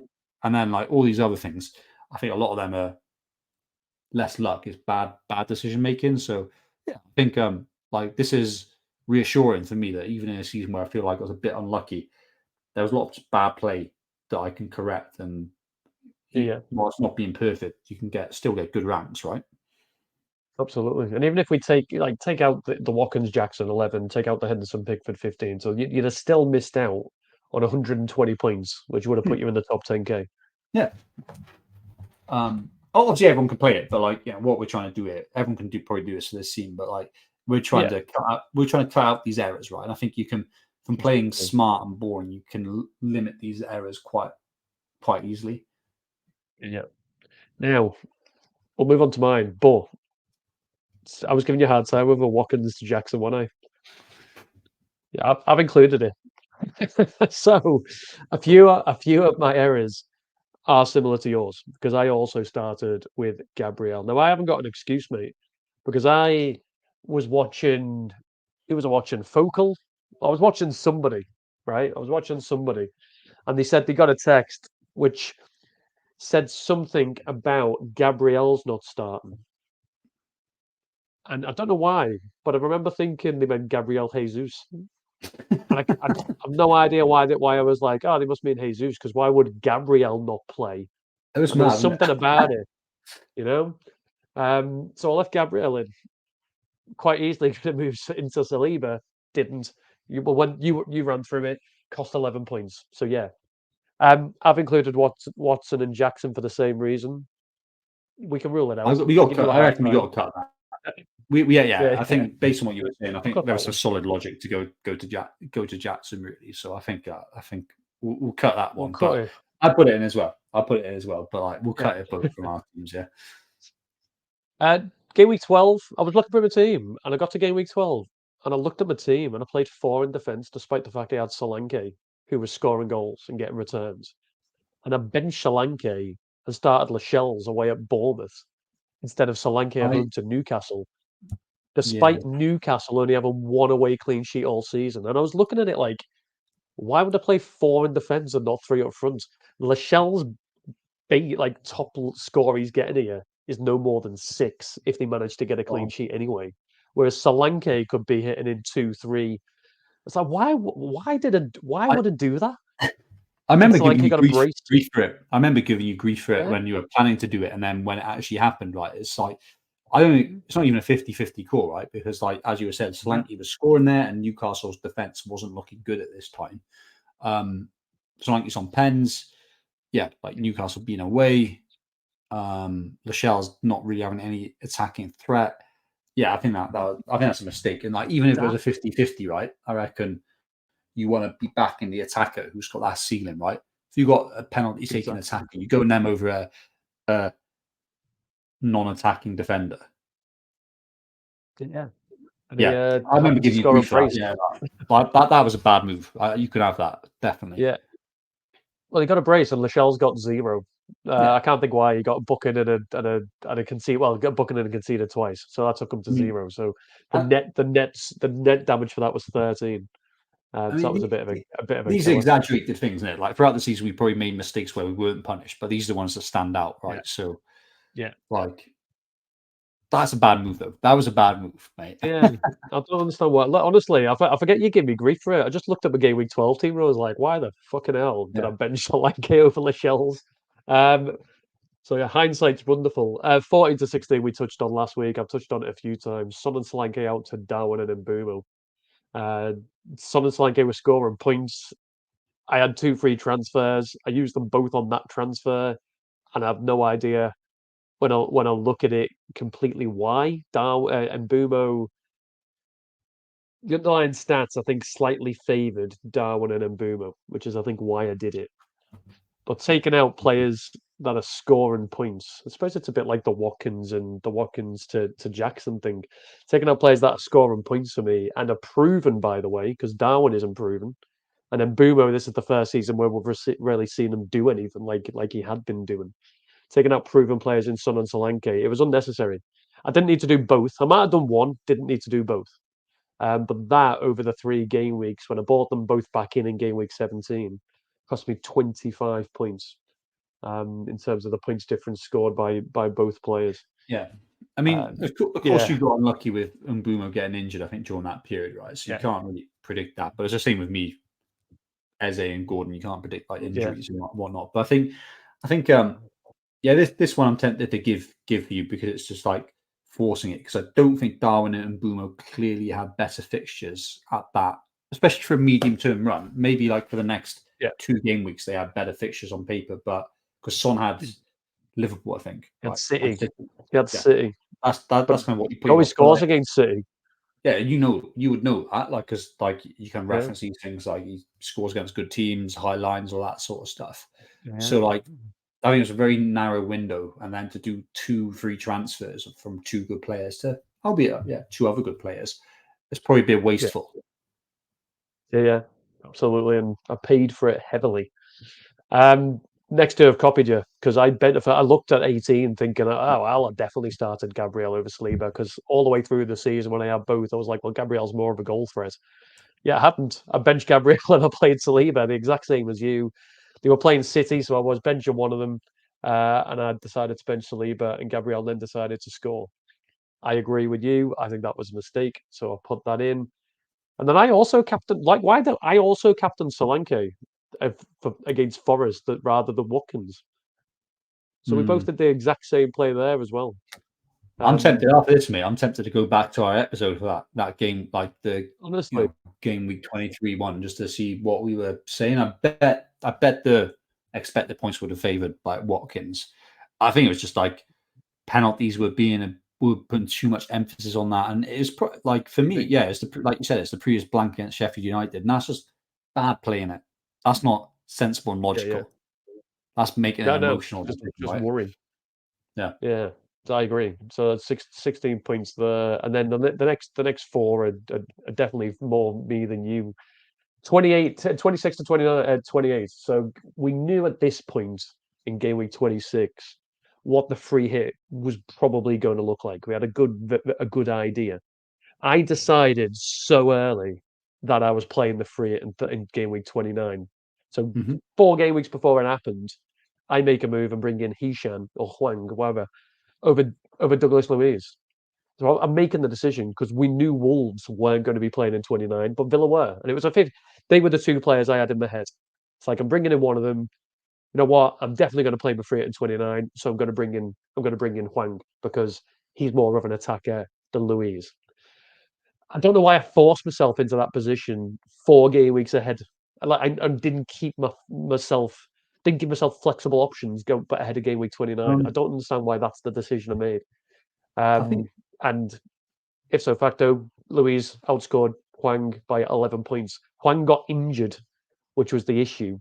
Um, and yeah, Louise got a brace in that very first game, as well as other returns um, thereafter. But 11 points that cost me. I don't know whether to grant you that one. I think the logic of what you're saying around locking into I'm playing the free hit like too early. I think everyone made that mistake, and I think I don't know if it's down for our lessons, but like the fixture, the blanks and double predictions are so out of sync, right? Until Yeah, they're locked in every year. Like I think people can like plan for too far ahead, and like there's always differences. There's always upsets. There's always a random game week that's announced, right? So whilst you can keep it in the back of your mind, I think like people take those predictions as gospel. I do it yeah, as yeah, well, to be honest, but I know every single year they're quite out of kilter to where it actually lands, right? So I think what you're saying there about people locking into free hit 29 a bit too early is probably right. I think, and probably yeah, Louise was probably the smarter decision to give you that flex. Um, yeah. yeah, Just I give me think at least another week or two without forcing it so early. yeah. Uh, Game week 30, I feel like I'd made another captain choice. I captain Salah. Now Liverpool were away. Were they away or at home? I can't think, but they were playing Brighton. And at the time, we chatted on one of the pods about how Brighton were technically, statistically, the fourth best defense in the division. Salah Mm. hadn't started for 8 game weeks. He was so there was no guarantee on his minutes. Palmer was at home to Burnley. He'd returned 7 times. In game week 30, we all know how good he was. He'd returned 7 times and started all 8 of the previous games. And for some reason, I decided to captain Salah, despite the fact he hadn't started any of the previous 8, and his minutes might have been managed. Palmer outscored Salah. I feel like in that position, based on what I'm saying there, Palmer was the obvious captain pick, and I'm not. I don't know why why I went for Salah. Um, Again, maybe the models would have said Salah's probably going to score more points than Palmer. I think you're not having that one because I captained Well, Salah, but I think he was the you overwhelming. made a mistake, pal. You made a mistake. Should have captain Palmer. Should have. I reckon this is Clearly, fall Palmer was the falling better into the choice. category of breaking the rules. Okay. I think this is definitely 50-50 is generous. I think Salah was the favoured captain choice going into that game week. I think he was like off the charts with predicted points. Anyone who owned Playing the him better was defence. captaining him. And I think his effective ownership was like off the charts. Like people taking hits to bring in Salah like that game week. I think I did. I certainly did that. So, mate, I think that one's breaking the rules. Ruling it. That's Ruling it out. That's fine. I'm happy for it to be 50-50. ruled out. That's cool. That's We'll been move on. generous. We'll move. Like, yeah. Yeah. That's cool. It was only 8 points, so it's not too bad. Branthwaite, my first error. I'm usually on it with the stats. I'm checking price moves. I'm checking all of that sort of jazz.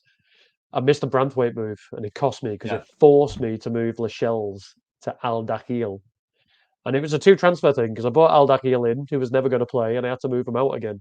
Now, I've only counted it as one transfer because I'd have had to have moved Lascelles out anyway. And it's only 4 points, but I just wanted to bring it up because missing the price rise forced me No, to take a it's hit. I think price rise is a bit of a nuanced one, but like here, because you were snookered, right? Because you had such a Bramford was the only viable player because of the low budget options you Price. were going, and he was by clear the Yeah. favourite option, and you actually got him in for like a hit, like down the line. I agree on this one. That yeah, you knew straight away he was the option. I think on the pod you were saying I want to bring him in, and then you missed the price rise. So like Yeah. yeah, you should have done that on We the forced. Thursday night or wherever he was like predicted. So I think yeah, agree on that one. Yeah. And then the last Don't one, chase I was price looking rises through my. unless this is an exceptional like circumstance, isn't it? Like he's the only player you could have got really in Only that player. that Yeah. in that, He was that four point scenario. two. And Four there point was two no million. European fixtures, was there, for like Brandthwaite and No, those guys? So like, yeah, you should have brought him on that Thursday night. Yeah, agree. that's it. He was 4.2 and I had 4.2 in the bank. Woke up on the Friday. Ah shit, he's 4.3. Like what happened? Yeah, I should have got that one. And then 35 to 38. I was looking at my. I've tried not to take hits, right? Mhm. And I feel like towards the back end of the season, my planning wasn't as good, right? So game week 1 to 34, I took 12 hits. Game week Mhm. 35 to 38. So in the last 4 game weeks, I took 20. And I know I did it for reasons in terms of some double players, so on and so forth. But I shouldn't have found myself in that position, I don't think. And I'm not saying I'd have took the 20 back because I'd have definitely took some of those hits. But I reckon if with better planning, I might have only took Mm, 3 hits, not 5. I, I think I think it's going to be difficult to give you without like specifics because I remember the hits you took and they came Worked out. out. All them Some worked of them out. worked out. Apart from Bruno. Bruno didn't. Bruno No, but like, I didn't mean, work like, out I for me. think there was all the hits you made. There was logic going in, right? And you can talk about planning, but when you've got like so many doubles in quick succession, right, and like fixture runs, you kind of needed to do it. And I think all the hits you did were logical, right? And at a net level, you were massively up based on those hits. The bigger issue is that you were not able to. You wild carded early, Yeah. Yeah, and yeah, that yeah. forced you into I that was kind of forced into situation it. where your team wasn't set up for 35 and 37 as good as other teams, right? Because like you Yeah. wildcarded 30, right, rather than 34, 35, I think a lot of people did. So that's a bigger I like how you got to that, I guess, is a bigger conversation, right, around how you got to Yeah. that. So I don't know if I can give you that because I think you're you're it's not it's too broad, like it's not specific, mate. I But know what you also mean. I know what you mean. the hits you I did, was very jealous. Yeah. the hits you did gained you points and gained you rank. Yeah, yeah. Of And course, you can I say I was should have brought in Bruno Fernandez, but like that's hindsight. Going into that, you yeah, can yeah, that predict one who's is. and misses. That one You can, absolutely yeah, is. exactly. That one All right, absolutely you is got to scrub hindsight. that. But You got to scrub that. it's a few to scrub. It's a few to No, scrub, but I I reckon reckon, I've definitely made 69. yeah, definitely. Like, I reckon the transfer hits there. The Salah Palmer's I at get rid of 8. 16. Like, And then Watkins Jackson. yeah, exactly. Get rid of So that. that's yeah. So That's you're still 27. 85 points. Like, yeah, you kind of like Still again. breaking top 10K. No, exactly. Like, and I think the ones Yeah. that stand out are actually the ones that have got the most points. So game week 12 is a shocker. Yeah. Yeah. Great game week Bad 14 move. to 16 again. Like I feel like obviously real and horrible outcome for you, but I think going into that, I don't think it was the right decision. Right, maybe one of those moves, but both of them Yeah. does feel very Yeah. luxury and Unnecessary. like you said, like forced and very short term because I think you got spooked by the City fixture, didn't you? City game. Well, That was it. It's exactly what obviously it was. there's a bigger thing, and then like, I think yeah, some of the other ones. I think are less severe, right? The Branthwaite one is interesting. Obviously, it's not a big impact, but all these points add up. That's Add up. definitely right. That's a classic mistake, right? Because that's in its Yeah. pure sense, right? Missing deadlines, missing price changes when you just know you're going to do something and plan and move. Like those are mistakes. So, Absolutely. so I think all you got to do next year is be perfect and not make any mistakes. Exactly. Easy. And then I'll win the thing, and then Exactly. we'll I don't know. I don't know what happens if one season I break the top 10K. Is that the end of this? Then we'll become FPL journey to top 5K or something. We'll FPL journey to number one. We'll keep going until one of us wins the thing. But yeah, so the point's been proven. Like even like holding each other to account, there's mistakes from us both that would have put us in the top 10K if we'd have played more sensibly. I don't obviously Mistakes go. learned from. We haven't looked at the flip side where we got incredibly lucky through like suspect Yeah, moves. So yeah, I get it. exactly. If anyone has bothered to listen through this, I've enjoyed the discussion, but I appreciate it's been long and no one's thinking about FPL. But like, yeah, take it with a pinch of salt. Don't take it too literally. Yeah, absolutely. But what we will take literally is lessons for next season because there's no point in not reviewing the season without looking at, well, what happened? What can we do better? So I appreciate you've sent me over some points here. Yeah, feel free to run through them, run through your thoughts, what you're thinking. What was what's the logic behind the underlying bold for points 2 and point 6? That's I can see vital purely elsewhere. like the word. I like the word essential and vital. That's the only reason I've done it. The vital on point 3 is feeling a bit lonely there. If I missed that one, I missed that one. That's I'll fix that next season. I'll make sure I'll get the right vitals underlined. Yeah, I mean, like anything you disagree on these ones? No, to be honest, I think the number 8, I was a little bit up and like thinking on. So that's for anybody that's listening. Expected goals and similar still have good predictive power, and they do. It is good predictive power. But there's two names that we've already spoke about: Darwin Nunes, Yeah. Nicholas Jackson, whose XG at times this season is off the scale, but they haven't returned the goals. They've just had the data. So how much do you lean into it? I suppose is the question. Yeah. No, good point there. But I'll go top to bottom, right? So I think, Yeah, and I think he said no-brainer. It's probably not new info, and like I think they're things that I try and think about every season. So I think it's nothing new here, really. It's just like a reminder. And yeah, throughout seasons, it's easy to forget some of these things. I've certainly forgot some of these things this year, but fixtures bring form, particularly for defenses, particularly for weaker teams, right? It's like a tried and tested kind of way. If you're targeting teams that just got promoted or teams that are just looking incredibly weak, that's a surefire way of doing well. And sometimes teams get unlucky during those spells, but more often than not, it kind of works itself out, right? Next one is set piece takers are essential. So when we're looking at those top scorers, yeah, strikers and midfielders are dominated by people who are on set pieces, particularly penalties, right? So I think it's just and like there's been random players who've done well, like Gibbs White and Douglas Luiz. It's because they're on penalties, right? So I think, yeah, and Gross did very well for you because he was getting loads of chance creation from corners and free kicks, right? So yeah, absolutely. it's a surefire way to kind of do well. And like there's a 50-50 call. Go with the set piece taker. Right? If you're looking at an Eze versus an Elise, who do you think's on pens? Like Eze, okay, you go him, right? So Yeah, I think that's always so true. And like a lot of the stuff that a lot of the models and algorithms suggest is really driven by that logic, right? That's why these yeah, like random players appear. It's because they're on set pieces, right? Um, yeah, I think I've mentioned this already, but kind of like point 3 is an elaboration on point 1, right? So yeah, fixtures are vital for picking defenders, but also team yeah, stats are really, really important. So go for those clean sheets first and foremost before attacking returns, right? So Arsenal were the standout, right? We looked at their expected goals conceded as a team, their rolling expected goals conceded.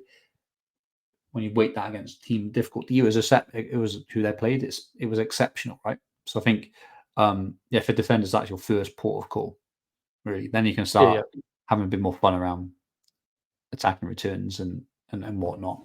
yeah. You said something early in the season on number three, kind of about the defense, and it was talking about the change in rule. So there's going to be so much more injury time than there's ever been. So therefore, the chances of a clean sheet have dropped. Well, this is a record season in the Premier League in terms of how many goals have been scored. So Mm, clearly, that's come to fruition. yeah. So those hold and forget defenders. Don't know what I'm trying to say. It's like there's less likelihood of clean sheets simply. So does that make you think more towards the attack? You mentioned in there, like, Arsenal are a different kettle of fish, right? Because Arsenal are just phenomenal. Their defense Mhm. is ridiculous, and City not quite in the same, and then everybody else is probably conceding. Just have to wait and So see, it's right? like double up on those big defense.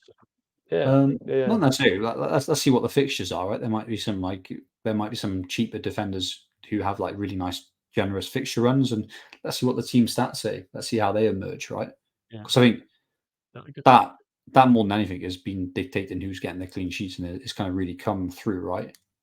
That's why at periods of the season, you and I were happy to go out without Pedro Porro because we just knew Spurs. They had a few random clean sheets, but we knew their underlying stats were bad. We knew Yeah, yeah, persevering yeah, Arsenal defence was the right thing, and then it came to fruition. So I think let's see what those team stats say, and then we can react accordingly.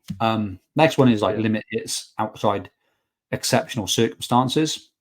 So I think some exceptional circumstances are just when your team has injuries, suspensions, they're doubles and blanks, right? Yeah, that's cool. yeah, But more often than not, you should avoid them. And I think sometimes your mistake can be really compounded when you do a hit. So I was really lucky that yeah, that Son and Solanke move you did for Bruno and Darwin. It's lucky, really good that you didn't use a hit because like that would have yeah, just yeah, been a yeah. disaster. But like Absolutely. for me, my Palmer to De Bruyne move was compounded because it was for a hit as well. Like how dumb. Yeah, But yeah. yeah, I think like I think trying to limit them is always with good. Points are hard yeah. earned, right? Do you think this will be easier next season because there's no FA Cup replays? So in reality, there's going to be less blanks and less doubles. There'll still be some, but it'd be less. So I I think it'd be easier to navigate without hits. I think so. Yeah, I think Yeah, so.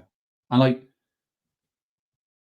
yeah, I think you can probably navigate most of the season with good planning without getting hits. And yeah, the next point links to this. So the point five was rolling a free transfer wherever possible is a really good way of playing, right? So having yeah, two free transfers in your back pocket and that ability to use one free transfer and still have the flexibility next week to do two free transfers is always good, right? Because it limits hits, right? Because it gives you yeah, that flexibility. And at any given time, it allows you to an injury, a suspension, a massive change in form, wanting to restructure your team, you can do that whenever you want with yeah. those two free transfers. And I think kind of like it also means that you avoid some of these 50-50 dumb calls, Yeah. these luxury moves. I've got to admit, every time I went into a game week and I looked down and they had two free transfers, I did feel pretty good about it. Hmm. So it's nice to have. Yeah, I think there's probably some stats that prove it, but I think the net gain of a transfer, if you look at a transfer in isolation and look at the options that you got for two free transfers, it'll be more than double the expected points of Yeah, return. It gives you so much more flexibility, right? Downgrading someone and yeah, upgrading someone else, restructuring your team, like it's so much better than just like the like for like moves that a free transfer can give you. And it's not to say never do two free transfers, right? That's what you're building for, but do find the right opportunities to make the most of them. yeah. Absolutely. Um, yeah, I did loads of like cheap transfers when I could have just like avoid it. I was thinking like just things like I'd bring in Simicast or I'd bring in Kelleher or Bradley, just Yeah, the random Bradley. Liverpool players who were cheap. Like I could have just like sat on. I always did it when I didn't have two free transfers. I'd always did that as my one move, and it kind of like made me a bit stuck.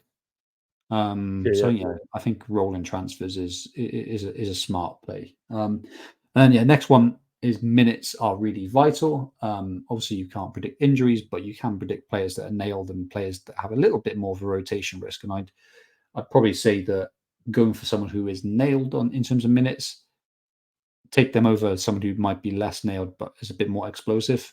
I think yeah, minutes are a king, really. So um, I think let me try and think if I think yeah, I went Darwin over Saka for a long period, and I didn't get punished massively. It was probably a net loss of like 20 points maybe over 10 game weeks. But Darwin was more explosive, especially in terms of underlying stats. But he did miss a few games here and there. Generally got decent minutes, but like yeah, going with that person who's just like playing every game it's a better way of playing for sure. Next one we've touched on it already actually when we're talking like right at the beginning of this pod when we're talking about and vid when we're talking about Pickford, but like pick cheap goalkeepers from teams that concede lots of low expected goal shots, right? So I think yeah, you want to be targeting those cheap keepers who have got lots of routes to save points and bonus. Right? So when they do get a clean sheet, hey, they're in the money, right? So that's kind of why like Areola did pretty well this season, despite playing for a really bad defense. Like he did pretty exceptional actually throughout the season for a 4.0 keeper, right? Because he was just saving lots of shots. Like West Ham were conceding lots of shots, really. So yeah, it's the same as every season, but like yeah, premium keepers really outside of very limited circumstances like doubles are not really worth their premium. And then yeah, I think over a season, expected goals, expected goal involvements, expected goals conceded, both for teams, especially for teams, but for players as well. I think have really good predictive power, and that's me saying it despite underperforming my expected goal rank by 34 times. I think most That was people just say that no. was just Darwin and Jackson, mate. That was those two Oh, players. exactly. And Yeah, Chilwell and Bruno, yeah, all and these kind of like Chilwell. guys who just like and yeah, like it's a bit of a Darwin tax in it. But I think generally speaking, it's got very good predictive power. Really, I haven't seen anything that. I mean, when you look to those striker stats, the expected goals were pretty much like spot on for each of those players, right? So I think um, it's got really good predictive power, and at a team level, it allows you to view through the mess, right? So I think Arsenal defense, they were going through a period where they were conceding a random goal.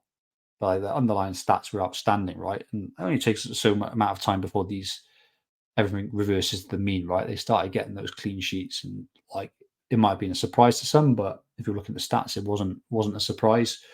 Even someone like kind of Palmer, like people thinking, is he a flash in the pan? You could tell straight away after like 3-4 games of him playing. It's not because he was getting returns, but they weren't lucky. He was getting great underlying stats, non-penalty underlying stats. He wasn't reliant purely on penalties.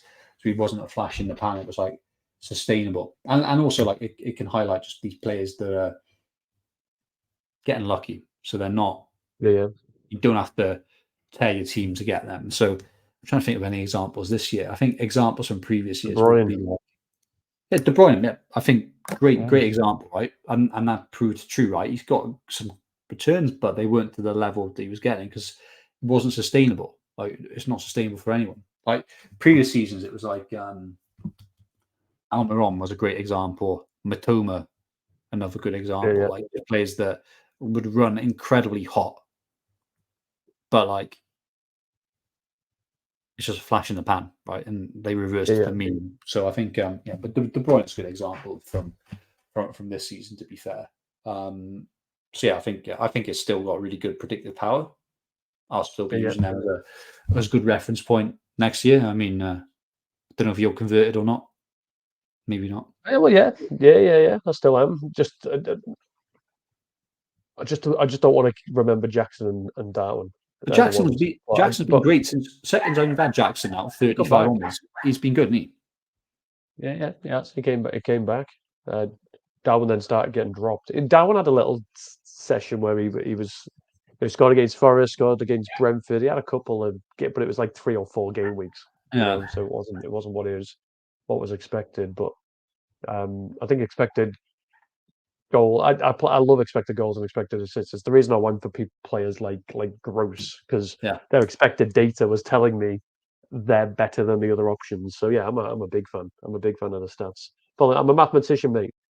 Don't know if I ever Yeah. told you that. I did maths at university. I am a statistician, so I am all for the stats, backing the players. So yeah, very Oh, much wow. top on my list. I thought you just did darts. I did do a lot of darts at uni as well. Didn't say I got a good grade. I just said I studied it. I was too busy in the bar to get the actual a 2-1, unfortunately. But we won't touch on that. I wrote down the wrong time. I was trying to get my timestamps together. But that brings us to the end, mate. That brings us to the end of the season. Now you haven't convinced me to do a Euros FPL, and I know nothing about the teams outside of England, so that's fine. So what are you going to do? So you've got like 2 months off. You're going to Yeah, I recharge, go think on so. holiday. What's your plans? Yeah. I want to avoid Euros fantasy actually. It's Yeah, just effort. It's just yeah. it's good. That's the It's good same, fun, man. but like I'm not I gonna yeah. relearn a slightly different game. So Yeah. it's And there's a lot of effort, and there's a lot more to it though, because you can like have a captain on game week 1, and then a captain not game week, but like day 1, yeah, and you can change your captain for day 2. You can do a transfer, unlock people that are locked on your bench. You can unlock that.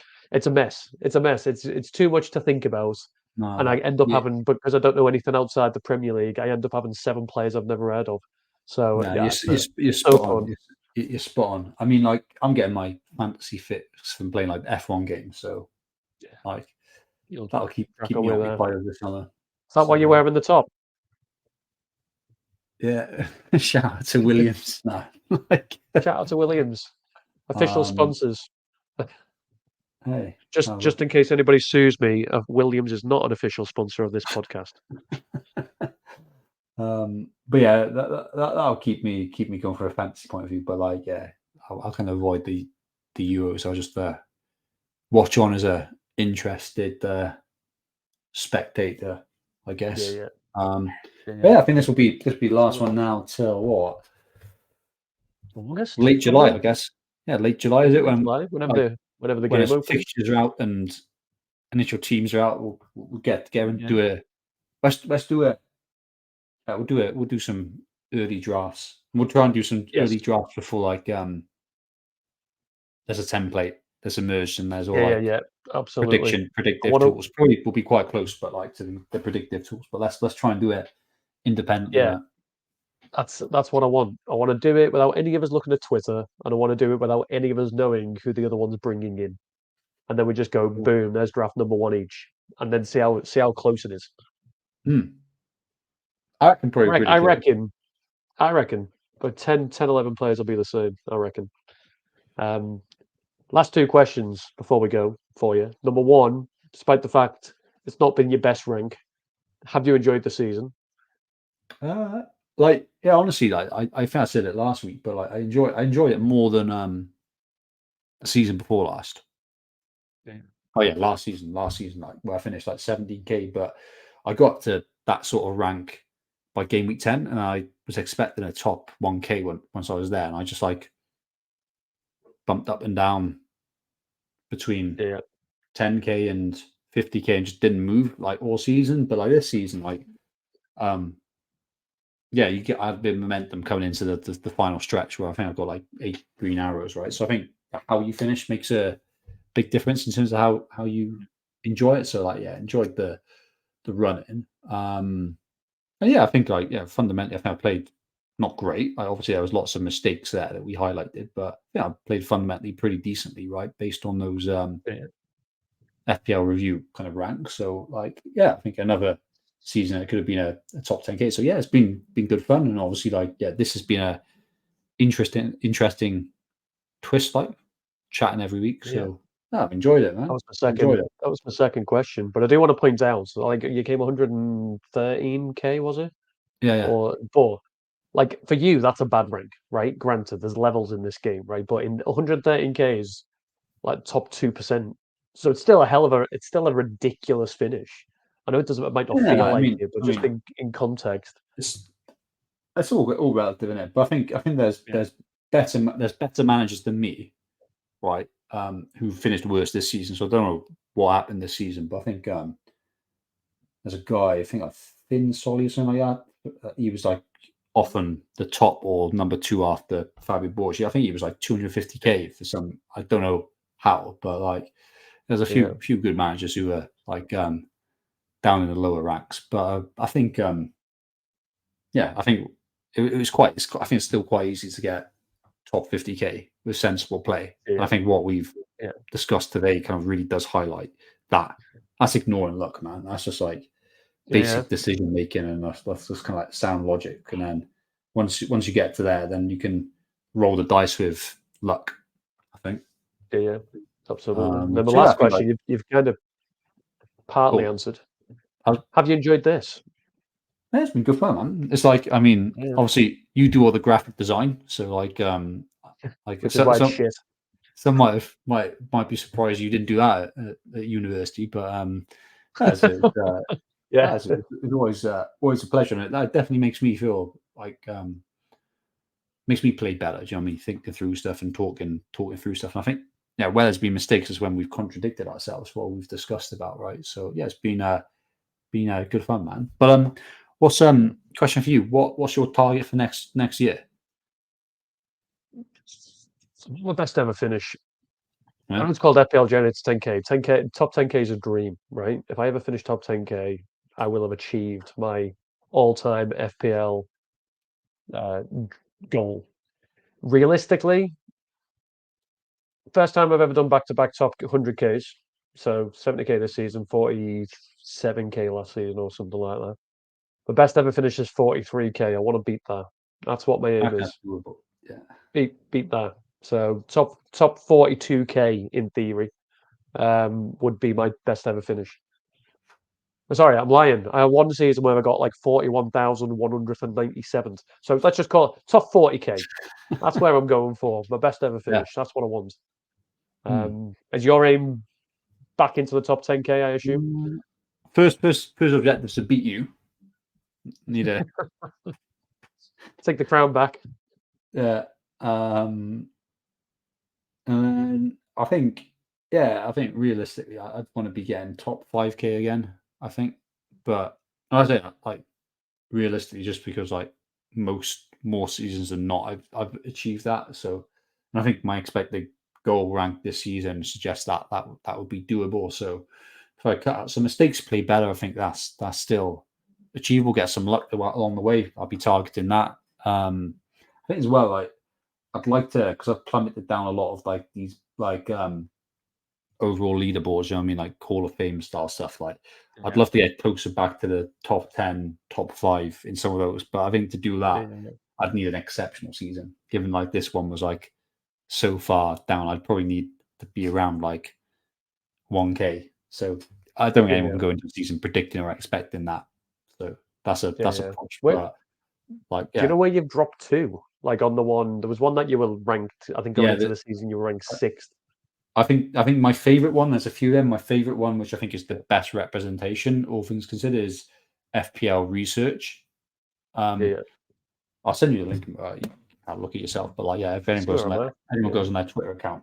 But like, I think I went down to about. I'm definitely top 50 still, but I think within the yeah, top 50, only one person has dropped. Finn Solly actually has dropped more than me because of like just how it works. But yeah, I think I'm still like top 50 there, which is kind of cool. But like, I'd like to push to get closer to back to the top 10 on that one. yeah, yeah, Um, yeah, it's kind of like yeah, it's a cool little thing. They publish it every month, and I think I'm still the top in Wales, and yeah, it's still top 50, but yeah, lost relatively a lot of points there. Where am I? Yeah, I've been on this 44, 44. So 44th. yeah, I've lost yeah, two other people, Finn Solly and John Ballantyne, have like lost relative points a little bit more than me. but they have better ranks. Yeah. But like, yeah, it's you've got to have a pretty good rank to climb back up. So yeah, we'll see what And happens. is that your 44th all-time ring? Yeah, it's dynamic, of course. It's dynamic in it. Like, so I think there's a Yeah. lot of like it looks at look to the points you've scored and like your ranks, and then Yeah. has a bit of recency bias. So whatever you've done last season has a bigger emphasis and bias towards that versus what you did 10 seasons ago. There'll be a bit of decay. You Makes know what I mean? sense. Like Yeah, yeah. each year will be decayed, I think. So I don't know the exact logic, but based on that. So yeah, like Well, to be fair to you, pal, I mean, to be all-time rank 44 still pretty solid. I am 11,584th. So, which again, don't be wrong, considering there's 8 million players, that's no, pretty good. But yeah, but, it's but not yeah, bad. It's not bad. 44 I is still think something to be proud of. highest going into start of last season, I was third on that one, and like the top two people then were like people who had insane history. So it's like, yeah, and that was as good as I was going to get. So like, I don't think I'll be able to get back there this coming season, but like, yeah, it'd be nice to kind of get a Build bit back. closer to the top 25 or something like that. So we'll see. But yeah, I reckon like this episode is proof. I think like I think both of us like done okay this year, and then there's some easy things that we can Yeah, rectify. Right? There's nothing yeah, yeah. exceptional there. It's not us catching every player who goes on a great run, finding Mateta when he does his like special thing or whatnot. Like it's just like solid stuff. Don't miss Yeah, deadlines. Don't miss a price rise. don't exactly. Play a striker over Yeah, a they're the crap ones. defender. Yeah, 13 points just for playing Lascelles instead of Solanke. Daft.